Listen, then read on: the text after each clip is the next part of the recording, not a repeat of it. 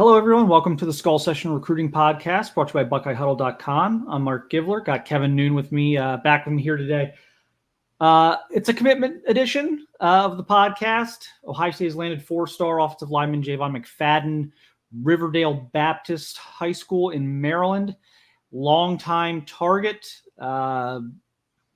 First of all, Kevin, how bad did they need this, given kind of the way everyone around the fan base and just the heat they've kind of been taking on offensive line recruiting the last month or two?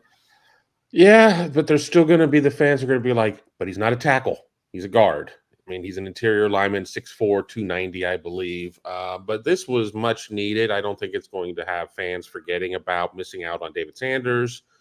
Obviously, he landed at Tennessee, not Ohio State. But I still think this is a big pickup, even though people are not necessarily going to be looking at him and it's like, oh, well, he's a four-star. He's this. He's not David Sanders is the problem. And that's just not the right way to look at things. But, I also understand the psychology of it all. And Ohio State could probably land 3 or 4 more four-stars the next couple of weeks, and people still would be chapped about David Sanders. And, I'm not necessarily putting those people as villains because they do need tackles. But, I think that McFadden gives them a valuable weapon at guard and just once again keeps Ohio State really relevant in the DMV area. Yeah, they needed this one for a lot of reasons. As we mentioned the other day, they were 0 for 28 this cycle on out-of-state offensive line targets that they'd offered. So now they're 1 for 28 because they had offered McFadden at that point. So we're kind of counting him in there because we said, they hadn't landed any of their offered guys yet. And so they kind of needed this one. McFadden's a really good prospect, a guy they've, been recruiting for a long time. This is not a plan B or a plan C guy. This is a guy who had a spot. No matter what David Sanders decided to do, they were going to have a spot for Jayvon McFadden. So this is a plan A guy. So it's a really good pickup. Now, they've been recruiting him, I think, mostly as a guard the entire way. Now, it gets a little interesting, though. As soon as David Sanders commits elsewhere, there's a bit of a rumbling of, well, maybe we can make him a swing prospect, and maybe he's going to get a shot at guard or at tackle before guard. And so we will see how that comes together. My instinct is that he's going to be a guard. Generally, when I hear swing tackle in Ohio State, they end up at guard. There have been exceptions. I think Josh Fryer's probably one of those guys. But generally like Gabe Van Sickle's been starting at guard, or starting out at guard, not starting at guard. That'd be breaking news, but starting out at guard during his first fall camp in Columbus, and he was kind of their swing prospect last year. So we will see kind of what they want to do with McFadden. But yeah, I mean, everyone's kind of pegged him at guard up until maybe the David Sanders news, and now maybe they're gonna, maybe see if he can do some right tackle. But we'll see where he starts off once he gets to Ohio State. But either way, an important pickup. They needed more offensive linemen in this class. You can talk about, we can rehash the offers discussion if you guys really want to. But I think at the end of the day, I think everyone can agree that it's good that they got a guy they'd already offered. This is not a plan B. It's not a plan C guy. It's not a guy that they went back and had to review and like, oh yeah, I guess we'll offer this guy. So getting a plan A guy is always good on the offensive line. And it's not going to get everybody off the offensive line stuff and off Justin Fry's back for sure, especially before the season starts until we see what the offensive line looks like this year. But it's definitely good timing for the Buckeyes here. Let's get into some of his tape here. We got some highlights here, and apologies, it's a little bit zoomed out. We get what we get, people. Sorry. Obviously, like many prospects coming out of high school, even if they're not considered tackle prospects, McFadden does play quite a bit of tackle, obviously at the high school level. And usually at the high school level, you're putting your best offensive lineman at left tackle. It's just kind of what you do. But he's a guy who can get out to the second level. He's a big, powerful kid, very strong upper body. Again, you like to see his flexibility in pass pro is there. I like his punch. Just a powerful kid. Can play again. We've talked about can play inside, can play outside, especially at the high school level, and just a guy who I think can really move people off the football. And will be, I think, a nice compliment, whether that's playing next to him or playing kind of opposite of him, of Carter Lowe, who's very much a technical, agile kind of, classic pass pro guy. And you get a guy like McFadden, who I think is a little bit more of a mauler. So you've got just a big physical presence up front. And again, someone who I think will give them some positional versatility. Again, Carter Lowe is going to be your tackle. Probably left tackle now with Sanders in the class. Maybe Carter plays right tackle, but it looks like Carter's probably going to be a left tackle at Ohio State. Jake Cook is being recruited to play center. So you need a guy who can kind of give you something a little different than what you've got already in this class. And I think McFadden certainly fits that bill. And like we mentioned earlier, I think coming at a great time, big physical kid, plays with a mean streak, which we like to see.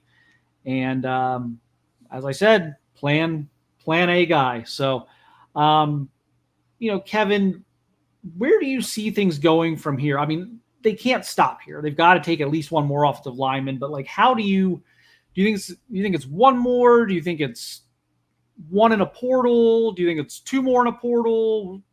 Two high school guys and no portal? I mean, kind of, how do you think this is going to shake out over the next 4 months? That's a great question. I don't know if any of us really know the answer there, but I'll say that, I think you look at your board and you see what you have on there, and I haven't looked at their tackle board in a minute, but I think they're going to have to hit the portal. I think they're going to have to hit the portal pretty hard. Empty. Yeah, I think they're going to have to go and get a couple out of the portal that are going to be right there in the mix or whatever. I mean, we've been hearing some encouraging things about some of the younger guys. You've got, the Armstrong twins who are in their first year of Ohio State. I mean, you're starting to see more out of the Luke Montgomery class starting to come together, but we know depth is so important, and we probably don't even know what we don't know at this point because of, what could be a 17-game season and everything else, depending on how all that works out. And just the portability, just so much of people jumping in and out of the portal and everything else, you don't know what you have. I mean, there are going to be times that you think, oh, we're good. And then all of a sudden a Noah Rogers situation hits where you thought everything was copacetic, and he's like, nah, I'm out of here. So you need to make sure you've got that. So I'm going to say one more high school if it's the right guy, and maybe two in the portal. Yeah, they're gonna have to go to the portal, and that, maybe there's a microscope on that now, just with the David Sanders news and some of the guys they haven't been able to get this summer. But that was my, you can find clips of me saying this. You can find written stuff on our site of me saying this like a year ago, that they're going to have to go portal in this cycle, just because they're going to need a plug and play guy for next year. None of these guys are really expected to help you as true freshmen.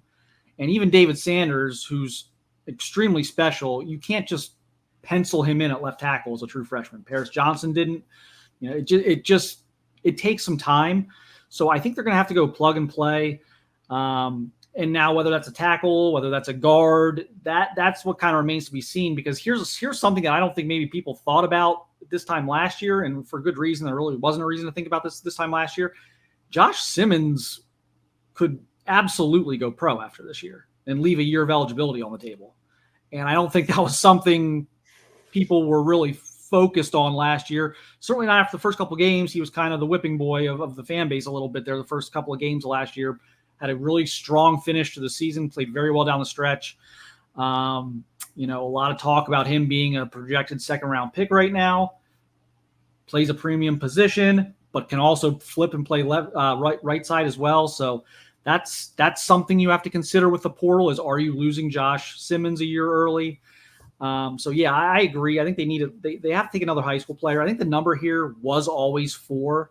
Now, how they get to 4 versus how they were hoping to get to 4 previously is probably not going to look exactly the same.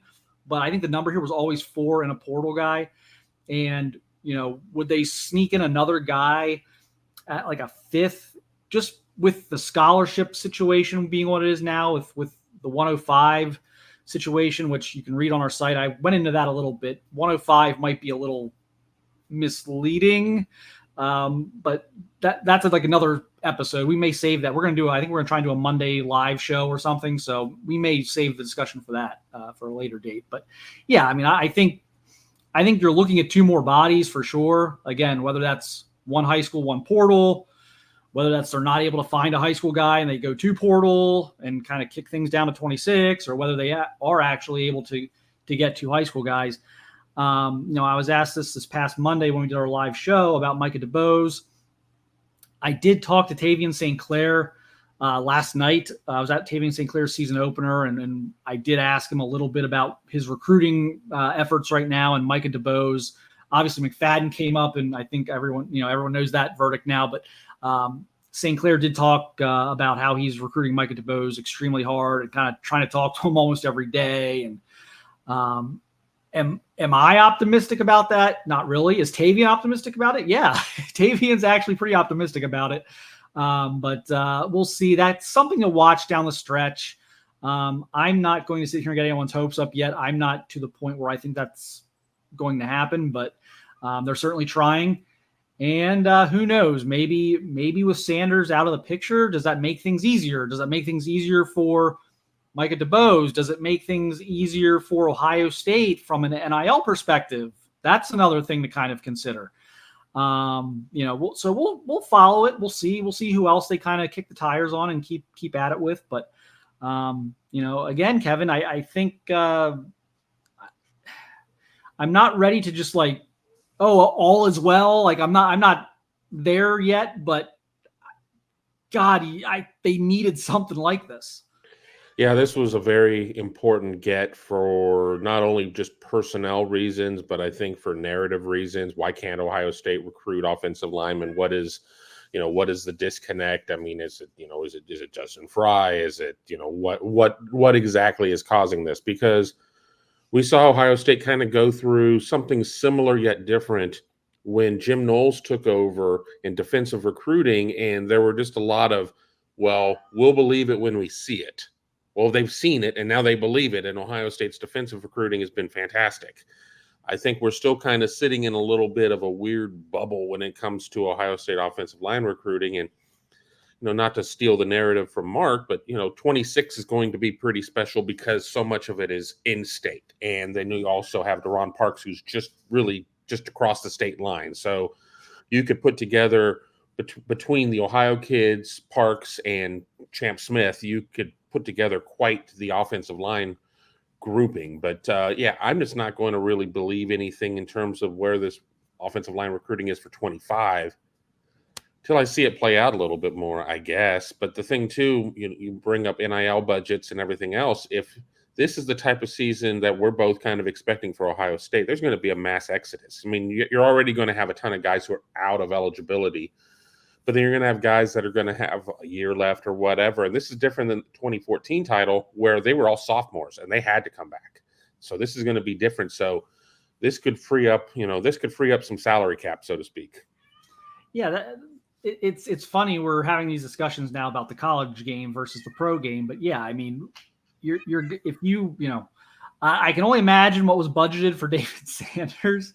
So I'm sure if they can find the right culture fit, the right system schematic fit, and kind of a high level guy who's committed elsewhere, whether that's Micah DeBose, whether it's somebody else, I would have to imagine they're going to be able to be competitive in the NIL space now. I would certainly have to imagine they're going to be able to sell a competitive depth chart situation right now, especially at tackle, where even the guy who I think is the kind of the third tackle in George Fitzpatrick, this is his 3rd year in the program. I mean, so by the time the 25s arrive, George Fitzpatrick will be in his 4th year at Ohio State. So there is not a ton in the lower level classes right now blocking you if you're an incoming lineman, if you're an incoming offensive tackle. So they have a good product to sell. And I've said this for a while now, but you got to sell it. So they've done it. They've done it here with McFadden. I think some people kind of scoffed at his finalists. I didn't, because were they all like blue bloods? No, but South Carolina has won how many big DMV battles the last couple cycles. They beat out everybody for Nicholas Harbor. They beat out everybody for Dylan Stewart, including Ohio State. They've got this kind of grip in there right now where they're landing kids out of there. We've seen Maryland over the years be kind of a pain to recruit in state against when there's some stability there. They've been able to keep some guys home over the years.